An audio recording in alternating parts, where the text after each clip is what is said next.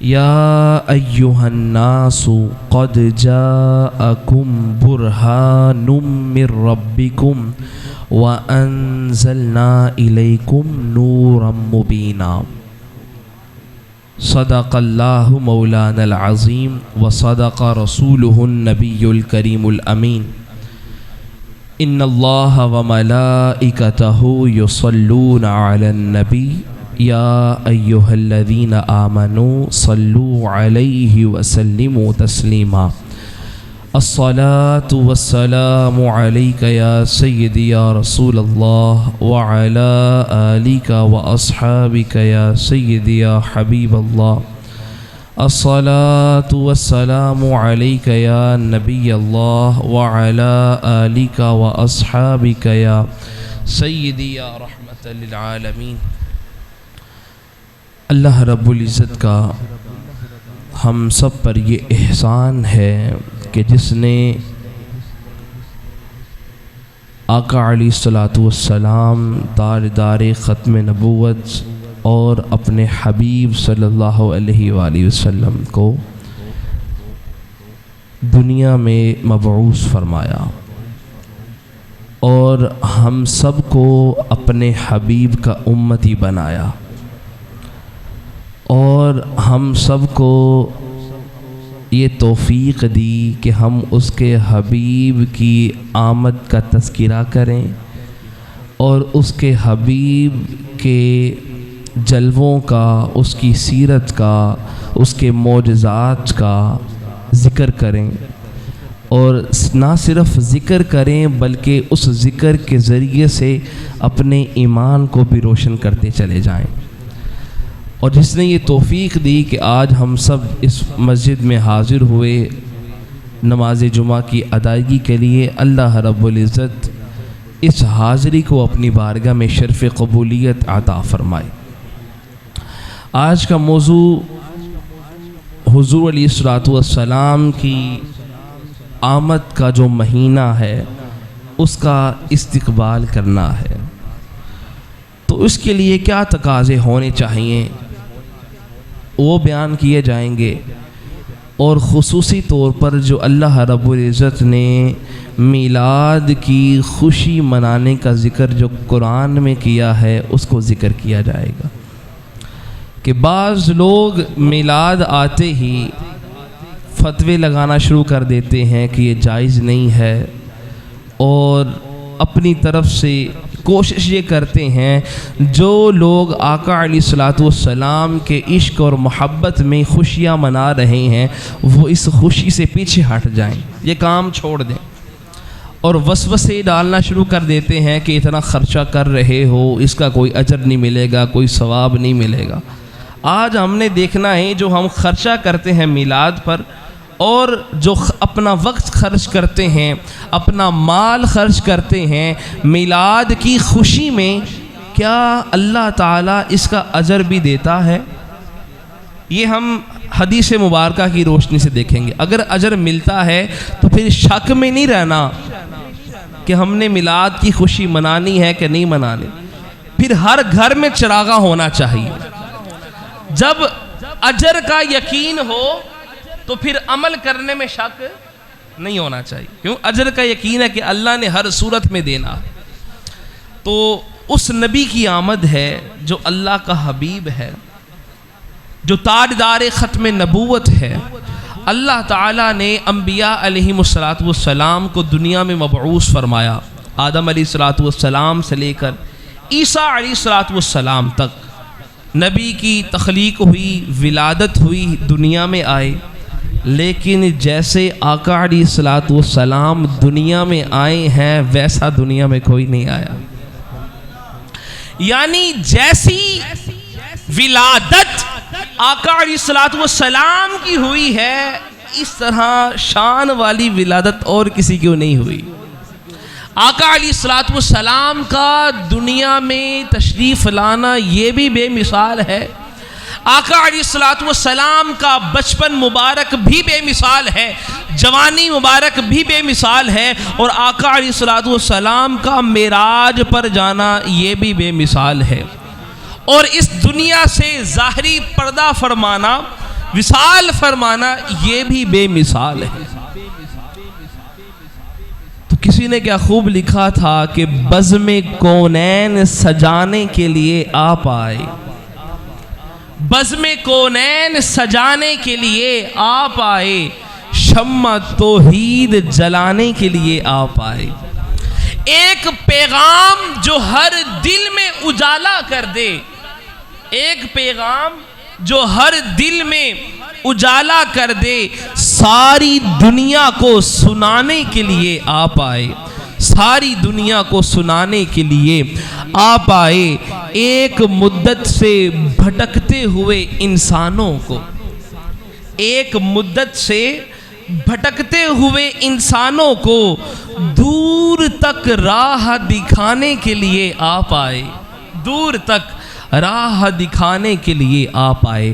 انبیاء علیہم السلام کی آمد کا مقصد ہی یہی ہے کہ وہ لوگوں کو اللہ تعالیٰ کے ساتھ جوڑنے کے لیے آتے ہیں، کہ لوگوں کا جو تعلق ہوتا ہے وہ اللہ تعالیٰ کے ساتھ جڑ سکے۔ یہ انبیاء علیہم السلام کی ولادت کا اور ان کی آمد کا مقصد ہوتا ہے، کیونکہ جو نبی ہوتا ہے، جو اسے معجزات دیے جاتے ہیں، وہ اللہ تعالیٰ کی نشانیاں ہوتی ہیں، اللہ تعالیٰ کی نشانیاں ہوتی ہیں۔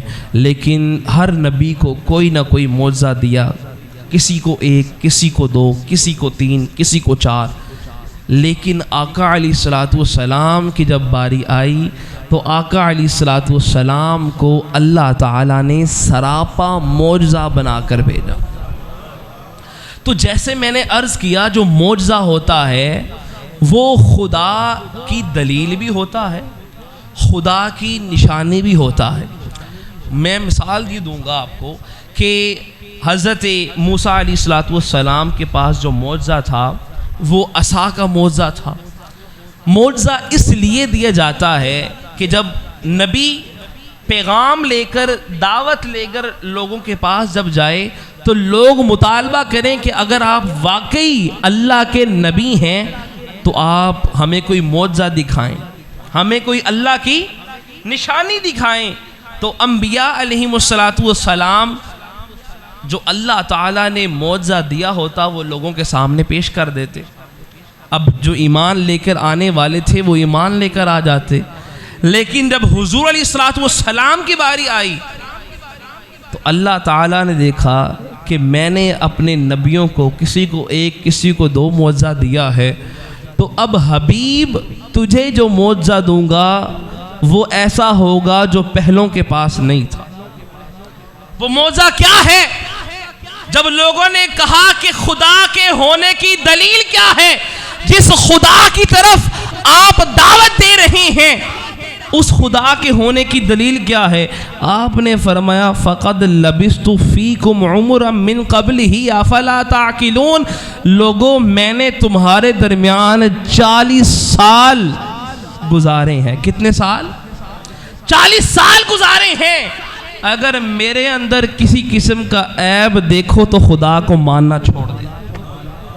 افلا تعقلون، کیا تم عقل نہیں رکھتے؟ کیوں؟ یہ وہ معاشرہ تھا جہالت کا جہاں پر باپ کو اپنے بیٹے پر یقین نہیں ہوتا تھا، خامند کو اپنی بیوی پر یقین نہیں ہوتا تھا۔ لیکن اس معاشرے کے اندر بھی کافر ہوں یا مشرک ہوں، جو بھی ہوں، سب لوگ آقا علیہ السلام کو صادق اور امین کہا کرتے تھے۔ یعنی آقا علیہ السلام نے اپنی ذات اقدس کو معجزے کے طور پر سامنے رکھا۔ اس لیے اللہ رب العزت نے فرمایا یا ایہا الناس، اے لوگو، قد جاءکم، تحقیق تمہارے پاس آ چکی ہے، برہان من ربکم، تمہارے رب کی طرف سے برہان، وَأَنزَلْنَا، اور ہم نے نازل کیا، الیکم، تم سب کی طرف، نورم مبینہ، واضح روشن نور دیا۔ اب اللہ رب العزت نے جب آقا علیہ السلام کی آمد کا ذکر فرمایا تو صرف ایمان والوں سے خطاب نہیں فرمایا، بلکہ کل انسانیت سے خطاب فرمایا، اے لوگو، اے بنی نوع انسان۔ اب سوال یہ پیدا ہوتا ہے کہ اللہ رب العزت نے صرف ایمان والوں کو خطاب کیوں نہیں کیا، بلکہ پوری انسانیت کو خطاب کر کے آقا علیہ الصلوۃ والسلام کی آمد کا ذکر کیا ہے؟ اس لیے کہ کل جب قیامت کا دن ہوگا، کوئی کافر اٹھ کر یہ نہ کہے کہ مالک تو نے اپنی دلیل نہیں دی، ہمارے پاس تیری کوئی دلیل نہیں آئی، تیرا کوئی برہان نہیں آیا۔ اللہ رب العزت نے اس لیے تمام انسانیت سے خطاب کر کے فرما دیا کہ لوگو، یہ رسول میری برہان بن کر تمہارے پاس آ چکا ہے۔ اب قیامت کے دن کسی کے پاس یہ عذر نہیں ہوگا کہ ہمیں تو اس دعوت کا پتہ ہی نہیں تھا کہ آقا علیہ الصلوۃ والسلام اللہ تعالیٰ کی دلیل اور برہان بن کر آئے۔ یعنی اب آقا علیہ الصلوۃ والسلام نے جب اعلان نبوت فرما دیا تو اس وقت سے لے کر اب قیامت تک کے لیے کسی کافر کے پاس یہ جواز نہیں ہوگا کہ ہمارے پاس تو آقا علیہ الصلوۃ والسلام کا پیغام پہنچا نہیں۔ اس لیے آقا علیہ الصلوۃ والسلام نے فرمایا ارسلت الی الخلق کافہ، یعنی مجھے تمام انسانیت کے لیے اور پوری مخلوق کے لیے بھیجا گیا ہے، یعنی کامل، اکمل، مکمل نمونہ بنا کر بھیجا گیا ہے کہ آقا علیہ الصلوۃ والسلام کی زندگی کو سامنے رکھو اور اس پر خود بخود عمل کرنا شروع کر دو۔ تو اس لیے اللہ رب العزت نے فرمایا یا ایھا الناس، اے لوگو، قد جاءکم، تحقیق تمہارے پاس آ چکی ہے، برہان آ گئی ہے۔ اب برہان سے کیا مراد ہے؟ مفسرین کرام نے اس حوالے سے لکھا کہ برہان سے مراد آقا علیہ الصلوۃ والسلام کی ذات اقدس ہے۔ اب برہان دلیل کو کہتے ہیں، لیکن برہان سے مراد ایسی دلیل جس کا کوئی رد نہ کر سکے، جس کا کوئی رد نہ کر سکے، جس کا کوئی انکار نہ کر سکے۔ اب دلیل کسے کہتے ہیں؟ دلیل یہ چیز ہوتی ہے کہ کسی چیز کو ثابت کرنے کے لیے کسی چیز کا حوالہ دیا جائے، یعنی اگر کوئی چیز ایک حالت میں ہے تو ایک چیز سے دوسری چیز کا ثابت ہونا یہ بیان کیا جائے، اس کو بولتے ہیں دلیل۔ مثال کے طور پر آپ سے پوچھا جائے کہ باہر سورج نکلا ہوا ہے، تو آپ دھوپ کو دیکھیں گے تو دیکھ کر یہ بتائیں گے کہ ہاں سورج نکلا ہوا ہے۔ آپ نے سورج کو نہیں دیکھا، آپ نے کس کو دیکھا؟ باہر دھوپ تھی، آپ نے یہ سمجھ لیا کہ اب سورج نکلا ہوا ہے، یعنی دھوپ دلیل ہے سورج کے نکلے ہوئے ہونے کی۔ اسی طرح سے آپ کسی کمرے میں داخل ہوئے تو آپ کو گلاب کے پھول کی خوشبو آئی، تو سب سے پہلے آپ کو خوشبو آئی، پھر آپ جب اندر گئے تو دیکھا کہ اندر گلاب کے پھول پڑے ہوئے تھے، یعنی خوشبو نے بتایا کہ اندر گلاب کے پھول پڑے ہوئے ہیں۔ تو خوشبو کا ہونا گلاب کے پھول کے ہونے کی دلیل ہے۔ اب اللہ رب العزت نے اپنے حبیب کو برہان کہا ہے، یعنی مصطفیٰ صلی اللہ علیہ وآلہ وسلم کو جب برہان کہا، اب لوگوں نے خدا کو نہیں دیکھا ہوا، لوگوں نے خدا کو نہیں دیکھا ہوا، اب لوگوں نے خدا کے احکامات پر عمل کرنا ہے، لیکن خدا کو دیکھا بھی نہیں ہوا۔ اب جب لوگ خدا کے احکامات پر عمل کرنا چاہتے ہیں تو اس کے لیے ضرورت اس بات کی ہے کہ کوئی تصویر سامنے ہو، کوئی صورت سامنے ہو کہ جس کو دیکھ کر خدا کے احکامات پر عمل کرنا شروع کر دے۔ تو اللہ رب العزت نے اپنی جو دلیل اور برہان بنایا ہے وہ آقا علیہ الصلوۃ والسلام کی ذات اقدس کو بنایا ہے کہ بندے اب جب مصطفیٰ کو دیکھیں گے، مصطفیٰ کریم صلی اللہ علیہ وآلہ وسلم کو جب دیکھ لیا تو اب خدا کو دیکھ لیا ہے، اس لیے کہ آقا علیہ الصلوۃ والسلام برہان ہیں۔ اب جب بندوں نے مصطفیٰ صلی اللہ علیہ وآلہ وسلم کو دیکھا تو مصطفیٰ صلی اللہ علیہ وآلہ وسلم اس بات کی دلیل ہے کہ وہ ایک خدا ہے، اللہ ایک ہے، یہ دلیل اس بات کی ہے۔ تو اس لیے فرمایا یا ایھا الناس، اے لوگو، قد جاءکم برہان من ربکم، تمہارے رب کی طرف سے تمہارے پاس برہان آ گئی ہے، یعنی وہ دلیل آ گئی ہے کہ اب اس کے بعد کسی کے پاس کوئی عذر نہیں ہے بچنے کا، یعنی جس کا کوئی بندہ انکار ہی نہیں کر سکتا۔ یہ وہ برہان ہے جو حجت الہیہ ہے اللہ کی زمین پر، یہ وہ برہان ہے جو اللہ تعالیٰ کی حجت ہے، ایسی دلیل ہے کہ جس کا کوئی انکار اور رد نہیں کر سکتا۔ اب چونکہ آقا علیہ الصلوۃ والسلام کی ولادت کے مہینے کا ہم نے استقبال کرنا ہے، تو ہم دیکھتے ہیں کہ آقا علیہ الصلوۃ والسلام کی ولادت کا جو مہینہ آتا ہے، ہر عاشق کا دل مچل اٹھتا ہے، ہر ایمان والا شخص آقا علیہ الصلوۃ والسلام کی محبت میں اس قدر گرفتار ہو جاتا ہے اور اس قدر اس کا ایمان بڑھ جاتا ہے کہ اس کا دل کرتا ہے کہ میں جشن مناؤں، میں خوشیاں مناؤں۔ اب آپ چراغاں کرتے ہیں، محافل سجاتے ہیں، درود کی محفلیں ہوتی ہیں، ضیافتیں ہوتی ہیں، یہ سارا کچھ بھی کیا جاتا ہے وہ آقا علیہ الصلوۃ والسلام کی محبت میں کیا جاتا ہے۔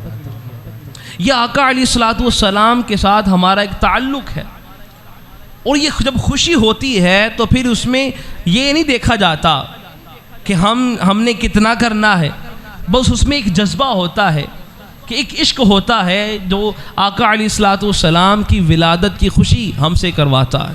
یہ عشق اور جذبے کی باتیں ہیں، یہ ایمان کی باتیں ہیں کہ بندہ اس وقت فتووں کی زد میں نہیں آتا کہ ہم یہ کیا کرنے جا رہے ہیں، یہ کہ معاذ اللہ بدعت ہے، اس کا تو پہلے وجود نہیں تھا، یہ ہم کیا کر رہے ہیں۔ یہ چراغاں کرنا، یہ جتنی بھی خوشیاں منائی جاتی ہیں شریعت کے دائرے کے اندر رہتے ہوئے، یہ سب کچھ جائز بھی ہیں اور اس پر اجر و ثواب بھی ملتا ہے، اس پر اجر و ثواب بھی ملتا ہے۔ وہ ثواب کس نوعیت کا ہوگا انشاءاللہ وہ آخر میں اس کی طرف آؤں گا، لیکن یہ بات یاد رکھیں، ضروری نہیں ہے کہ ہم نے اپنے طریقے سے ہی ایک معاملے کو دیکھ کے چلنا ہوتا ہے۔ اللہ رب العزت نے جس دن کو چاہا عزت عطا فرما دی۔ اب لوگ سوال کر سکتے ہیں، پوچھ سکتے ہیں کہ آقا علیہ الصلوۃ والسلام کی ولادت پیر کے دن ہوئی ہے۔ کس دن ہوئی ہے جی؟ پیر کے دن ہوئی، اور اس سے پہلے اگر دیکھا جائے تو جمعے کا دن بڑی فضیلت والا دن ہے، جمعے کا دن اپنی بڑی فضیلت ہے اس کی۔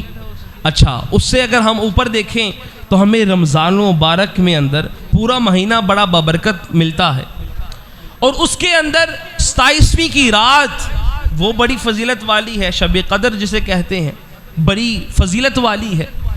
اب یہ سارے کے سارے جو دن ہیں ان کی فضیلت اپنی جگہ ہے، لیکن سوال یہ کیا جا سکتا ہے کہ آقا علیہ الصلوۃ والسلام کی ولادت ان دنوں میں کیوں نہیں ہوئی، کہ جو دن از خود بڑی عظمت والے تھے، بڑے شرف والے تھے۔ تو یہ بات یاد رکھ لیں، زمانے نے آقا علیہ الصلوۃ والسلام کو فضیلت نہیں بخشی، بلکہ آقا علیہ الصلوۃ والسلام نے پورے زمانے کو فضیلت بخشی ہے۔ آقا علیہ الصلوۃ والسلام نے اس کائنات میں تشریف لا کر اس کائنات کو عزت بخشی ہے۔ آقا علیہ الصلوۃ والسلام نے اس کائنات میں تشریف لا کر پوری دنیا میں سب سے زیادہ اس زمین کو عزت بخشی ہے، سب سے زیادہ۔ اور بھی عالم ہے، اور بھی جہان ہے، لیکن اس جہان کی اپنی ہی بات ہے، کیونکہ آقا علیہ الصلوۃ والسلام یہاں پر آئیں، تشریف لائیں، اور پھر پیر کا دن آقا علیہ الصلوۃ والسلام نے اس کو بھی عزت بخشی ہے۔ اللہ رب العزت نے قرآن کریم میں بے شک ارشاد فرمایا، اِنَّا أَنزَلْنَاهُ فِي لَيْلَةِ الْقَدْرِ، بے شک ہم نے قرآن کو لیلۃ القدر میں نازل کیا۔ وَمَا أَدْرَاكَ، ما لیلۃ القدر، اور تم کیا جانو کہ یہ قدر کی رات کیا ہے۔ اللہ رب العزت نے جب قرآن نازل کیا تو لیلۃ القدر میں کیا، اور پھر فرمایا کہ لوگوں تم نہیں جان سکتے کہ لیلۃ القدر کیا ہے، پھر خود ہی فرما دیا لیلۃ القدر خیر من الف شہر، جو قدر کی رات ہے وہ ایک رات خیر من الف شہر، 1000 مہینوں سے افضل اور بہتر ہے۔ یعنی اس رات بندہ اگر عبادت کرے وہ اتنی افضل عبادت ہے کہ بندہ 1000 مہینے عبادت کرتا چلا جائے اس کا اتنا اجر و ثواب نہیں ہوگا۔ کیوں؟ اس رات قرآن آیا ہے۔ اس رات کیا آیا ہے جی؟ قرآن آیا ہے۔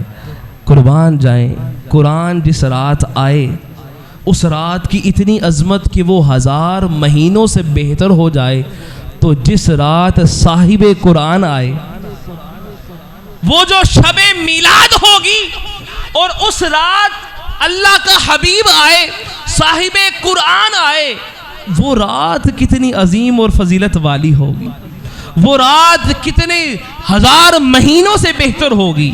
اس لیے اللہ رب العزت نے قرآن کا ذکر فرمایا ہے، تو صاحب قرآن کی عظمت کا عالم کیا ہوگا۔ اچھا، اب وہ جو بات میں پہلے کر رہا تھا کہ پیر کے دن آقا علیہ الصلوۃ والسلام کی ولادت کی حکمتیں بیان کی گئی ہیں۔ ربیع الاول کا مہینہ ہے، ربیع الاول کہتے ہیں پہلی بہار کو، پہلی بہار کو آقا علیہ الصلوۃ والسلام کی ولادت اس پہلی بہار والے مہینے میں ہوئی ہے، کہ جہاں پر ہر طرف سبزہ اور ہریالی ہے، کہ بندہ جب باہر نکلتا ہے پہلی بہار ہوتی ہے تو بڑی خوشی ہوتی ہے۔ یعنی ویسے ہی بڑی خوشی ہوتی ہے، صرف ایک موسم کی وجہ سے اللہ رب العزت نے اپنے حبیب کو اس مہینے میں بھیجا تاکہ لوگ اس حوالے سے خوشیاں منائیں کہ آقا علیہ الصلوۃ والسلام کی جب ولادت ہو رہی ہے ہر طرف اللہ تعالیٰ نے ہریالی ہی ہریالی کر دی۔ یہ ولادت کا صدقہ ہے کہ ہر طرف اب سبزہ اور ہریالی ہو رہی ہے۔ اللہ رب العزت نے پیر کے دن رزق کو، غذا کو، خوراک کو تخلیق فرمایا، درختوں کو تخلیق فرمایا۔ یہ پیر کے دن تھا کہ جب ہر طرف ہریالی تھی، سبزہ تھا، اور یہ ایک قدرتی بات ہے کہ جب بندہ سبزے کو دیکھتا ہے تو مینٹلی طور پر بڑا فریش ہو جاتا ہے، جسمانی طور پر بڑا درست محسوس کرتا ہے۔ کیوں؟ یہ جسم کی غذا کے لیے ضروری ہے، یہ جسم کی نشو و نما کے لیے ضروری ہے۔ تو اللہ رب العزت نے پیر کے دن غذا کو تخلیق فرمایا، پیر کے دن خوراک کو تخلیق فرمایا، اور پیر کے دن ہی آقا علیہ الصلوۃ والسلام کو بھی اس دنیا میں تشریف فرمایا، اس دنیا میں آمد ہوئی۔ اب کیا حکمت تھی؟ اللہ رب العزت نے بتا دیا، لوگوں جس طرح غذا خوراک تمہارے جسم کے لیے ضروری ہے، جس طرح غذا خوراک تمہارے جسم کے لیے ضروری ہے، اس طرح آقا علیہ الصلوۃ والسلام کی محبت تمہارے ایمان کے لیے ضروری ہے۔ اگر جسم کو خوراک نہ ملے تو جسم کمزور ہونا شروع ہو جاتا ہے، جسم ڈھلنا شروع ہو جاتا ہے، خراب ہونا شروع ہو جاتا ہے۔ اگر ایمان کو آقا علیہ الصلوۃ والسلام کی محبت اور عشق نہ ملے تو ایمان برباد ہونا شروع ہو جاتا ہے۔ تو اللہ رب العزت نے اسی لیے پیر کے دن آقا علیہ الصلوۃ والسلام کی ولادت ہوئی۔ یہ حکم تھا، یہ اللہ تعالیٰ کی منشا تھی کہ ہر طرف سبزہ ہی سبزہ ہو، اور یہ ولادت کا صدقہ تھا، یہ ولادت کا صدقہ تھا کہ آج ہم ادھر بیٹھے ہوئے ہیں، آج یہ کائنات تخلیق ہوئی ہے، کیونکہ آقا علیہ الصلوۃ والسلام وجہ تخلیق کائنات ہے۔ جب ان کی آمد کا ذکر ہو تو لوگ اپنی گھروں کے اندر جب خوشیاں کرتے ہیں، بیٹے کی جب ولادت ہوتی ہے تو بڑی خوشیاں مناتے ہیں۔ اس وقت کسی کو کوئی فتویٰ یاد نہیں آتا کہ بیٹے کی ولادت کی خوشی کرنا جائز ہے یا ناجائز ہے، بیٹے کا میلاد منانا جائز ہے ناجائز ہے۔ کیوں؟ بیٹے کے ساتھ محبت ہوتی ہے، عقیدت ہوتی ہے، لیکن آقا علیہ الصلوۃ والسلام جن پر ہمارے والدین بھی قربان ہیں، جن پر ہم بھی قربان ہیں، جب ان کی ولادت کا دن آئے تو اس طرح کے فتوے یاد آ جائیں، اس طرح کی چیزیں یاد آ جائیں، تو یہ نقص ہے ایمان کے اندر کہ جب آقا علیہ الصلوۃ والسلام کی ولادت کا دن ہو تو اس وقت تم کہیں جی فلاں چیز کرنا بدعت ہے، فلاں چیز کرنا بدعت ہے۔ جب اپنے بیٹے کی ولادت ہو تو گھروں میں لائٹیں لگائی جاتی ہیں، چراغاں کیا جاتا ہے۔ آقا علیہ الصلوۃ والسلام کی ولادت کی خوشی خود خدا نے فرمائی ہے۔ یہ جو آج ہم جھنڈیاں لگاتے ہیں اور آقا علیہ الصلوۃ والسلام کے نام کے نعرے لگاتے ہیں، جب آقا علیہ الصلوۃ والسلام کی ولادت کا وقت آیا، سیدہ آمنہ سلام اللہ علیہا آپ کی والدہ فرماتی ہیں کہ میرے سامنے شام کے محلات روشن ہو گئے، خارج منی نورا، اور مجھ سے ایک نور ظاہر ہوا، یعنی میرے بطن اطہر سے نور نکلا اور نور کی شعائیں نکلی۔ یہ نور کیا تھا؟ اللہ تعالیٰ نے آپ کی ولادت کی خوشی منائی تھی، چراغاں کیا تھا۔ اور آپ کی والدہ فرماتی ہیں جب یہ شام کے محلات روشن ہوئے تو میں نے دیکھا کہ ایک جھنڈا مشرق پر لگایا ہے جبریل نے، ایک جھنڈا مغرب پر لگایا ہے، اور ایک جھنڈا کعبے کی چھت پر لگایا ہے۔ یہ آقا علیہ الصلوۃ والسلام کی آمد کی خوشی میں پوری دنیا میں چراغاں کیا جا رہا ہے، اور لوگوں آج کچھ لوگ ایسے آ گئے کہ اس چراغاں کرنے کو بدعت اور آقا علیہ الصلوۃ والسلام کی معاذ اللہ گستاخی ثابت کرنا شروع کر دی۔ یہ محبت نہیں ہوتی، جب اس طرح کی باتیں کی جائیں تو محبت نہیں ہوتی، ایمان کی کمزوری ہوتی ہے۔ تو یہ استقبال ہم نے اس طرح سے کرنا ہے کہ پھر صرف 12 ربیع الاول ہی نہ ہو، بلکہ ہر مہینے میں دن ایسا ہو کہ آقا علیہ الصلوۃ والسلام کی ولادت کی محفلیں ہو رہی ہیں۔ محدثین کرام نے اس بات سے لکھا کہ آقا علیہ الصلوۃ والسلام کی ولادت کی خوشی کیا صرف ربیع الاول شریف کے مہینے میں ہی منانی چاہیے؟ وہ فرماتے ہیں کہ بے شک یہ ولادت کا مہینہ ہے، لیکن آقا علیہ الصلوۃ والسلام کی آمد وہ بڑے شرف کی بات ہے، عزت اور عظمت کی بات ہے، اس لیے ہمیں چاہیے کہ ہم ہر سال آقا علیہ الصلوۃ والسلام کی ولادت کی خوشی منائیں۔ یہ خوشی اس لیے ہے کہ ہم مولا کا شکر ادا کرتے ہیں، اس کا شکر ادا کرتے ہیں کہ مالک تو نے ہمیں اپنا حبیب عطا فرمایا ہے، ہمیں اپنے حبیب کا امتی بنایا ہے۔ اب اللہ رب العزت نے جب نعمت اور فضل مل جائے اس پر خوشی منانے کا ہمیں حکم دیا ہے۔ اللہ رب العزت نے فرمایا قل، اے پیارے، اے میرے حبیب آپ فرما دیجئے بفضل اللہ، جب اللہ تعالیٰ کا فضل ہو، وبرحمتہ، اور اس کی رحمت ہو تو کیا کرنا چاہیے؟ فرمایا فبذالک فلیفرحوا، تو پھر خوشیاں منایا کرو۔ یہ خوشی منانے کا حکم اللہ تعالیٰ نے قرآن میں اتارا ہے کہ جب اللہ کی رحمت مل جائے، اللہ کا فضل مل جائے، اب مجھے یہ بتائیں آقا علیہ الصلوۃ والسلام سے بھی بڑا کوئی اور اللہ کا فضل ہو سکتا ہے؟ اللہ کی رحمت کیا ہے جب پوچھا تو فرمایا وما ارسلناک الا رحمتا للعالمین، اے حبیب ہم نے آپ کو تمام جہانوں کے لیے رحمت بنا کر بھیجا۔ اور جسے تمام جہانوں کے لیے رحمت بنا کر بھیجا گیا ہو، اس کی آمد پر خوشی نہ منائے تو پھر کیا منائے؟ خوشی منانی چاہیے۔ اب یہ خوشی کا تصور صرف مسلمانوں کے ہاں نہیں تھا، خوشی کا تصور یہودیوں کے ہاں بھی تھا۔ اور وہ خوشی یہودیوں نے کب منائی؟ تب منائی کہ آقا علیہ الصلوۃ والسلام جب ہجرت فرما کر مدینہ منورہ میں تشریف لائے، جب یثرب کو مدینہ بنا دیا، وہ بیماریوں کے گھر کو جب شفاؤں کا مرکز بنا دیا، آقا علیہ الصلوۃ والسلام جب تشریف آوری ہوئی تو دیکھا کہ جو یہودی ہیں وہ روزہ رکھ رہے ہیں 10 محرم کا، یوم عاشور کا، آقا علیہ الصلوۃ والسلام نے جب یہودیوں سے پوچھا کہ تم اس دن روزہ کیوں رکھ رہے ہو، تو انہوں نے عرض کی کہ ہم اس دن خوشی اس لیے مناتے ہیں روزہ رکھ کر کہ ہمیں اس دن حضرت موسیٰ علیہ الصلوۃ والسلام نے فرعون سے نجات دلوائی تھی۔ یہ ہم خوشی منا رہے ہیں، روزہ رکھ لیا ہے، خوشی منا رہے ہیں اس لیے کہ حضرت موسیٰ علیہ الصلوۃ والسلام نے ہمیں فرعون سے نجات دلوائی تھی، اس لیے ہم خوشی منا رہے ہیں۔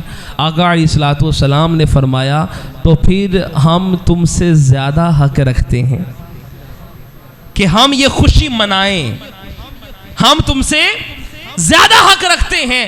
آقا علیہ الصلوۃ والسلام نے فرمایا کہ میرے غلاموں، یہ ایک روزہ رکھ کر خوشی مناتے ہیں، ہم 2 روزے رکھ کر خوشی منائیں، ہم 2 روزے رکھ کر۔ یہودی تو اس لیے خوشی منا رہے تھے کہ انہیں موسیٰ علیہ الصلوۃ والسلام نے فرعون سے نجات دلوائی، تو ہم آقا علیہ الصلوۃ والسلام کی ولادت کی خوشی کیوں نہ منائیں کہ آقا علیہ الصلوۃ والسلام نے ہم سب کو ظلمت سے نکال کر، بلکہ ظلمت سے ہم سب کو نجات دلائی ہے، ظلمت اندھیروں سے نکال کر ہمیں آقا علیہ الصلوۃ والسلام نے نور اور روشنی کی طرف لے گئے ہیں، ہمیں جہنم سے نکال کر آقا علیہ الصلوۃ والسلام ہمیں جنت میں لے گئے ہیں، تو ہم آقا علیہ الصلوۃ والسلام کی ولادت کی خوشی کیوں نہ منائیں؟ اور یہ ولادت کی خوشی منانا باعث ثواب بھی ہے اور باعث اجر بھی ہے۔ یہ بولیے گا کیا ہے؟ باعث ثواب بھی ہے اور باعث اجر بھی ہے۔ اچھا، ثواب اور اجر میں یہ ہے کہ دنیا میں بھی فائدہ ہے اور قبر میں بھی فائدہ ہے، یعنی دنیا بھی سنور جائے گی اور آخرت بھی سنور جائے گی۔ کس طرح سے؟ جب آقا علیہ صحیح بخاری اور مسلم کی متفق علیہ روایت میں آپ کے سامنے پیش کر رہا ہوں کہ جب آقا علیہ الصلوۃ والسلام کی جب ولادت ہوئی تو سب سے پہلی جو خاتون تھیں جنہوں نے آپ کو دودھ پلایا وہ حضرت سویبہ رضی اللہ تعالی عنہا تھی۔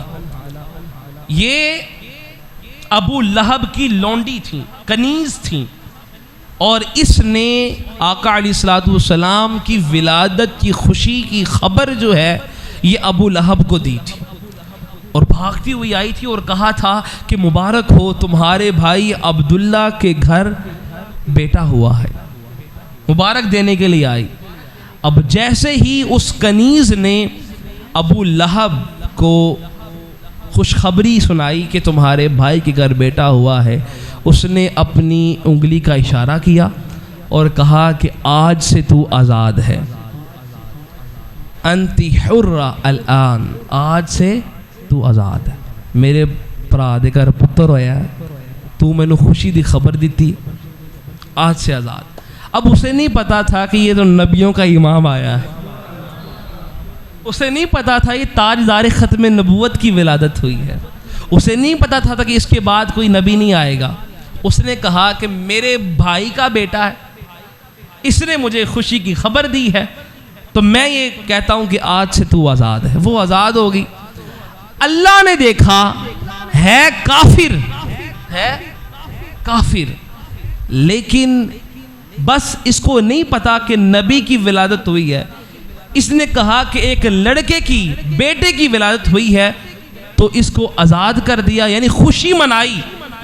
اب کیا ہوتا ہے جب ابو لہب مر جاتا ہے، مرنے کے بعد جب قبر میں چلا جاتا ہے، حضرت ابن عباس رضی اللہ تعالی عنہ، حضرت عباس حضور علیہ الصلوۃ والسلام کے چچا، خواب میں آتا ہے تو وہ پوچھتے ہیں کہ مجھے یہ بتاؤ کہ اللہ نے تمہارے ساتھ معاملہ کیا کیا ہے؟ ابو لہب کہتا ہے کہ بڑی شدت کی تکلیف میں ہوں، بڑی سختی سے عذاب ہو رہا ہے، لیکن جب پیر کا دن آتا ہے، وہ لمحے آتے ہیں کہ جب میں نے حضور علیہ الصلوۃ والسلام کی ولادت کی خوشی میں اپنی لونڈی سویبہ کو آزاد کیا تھا، اور جس اشارے سے میں نے آزاد کیا تھا اسی انگلیوں کے درمیان پانی کا چشمہ نکلتا ہے اور وہ آگ کو ٹھنڈا کر دیتا ہے، میرے عذاب میں اس وقت کے لیے کچھ تخفیف ہو جاتی ہے۔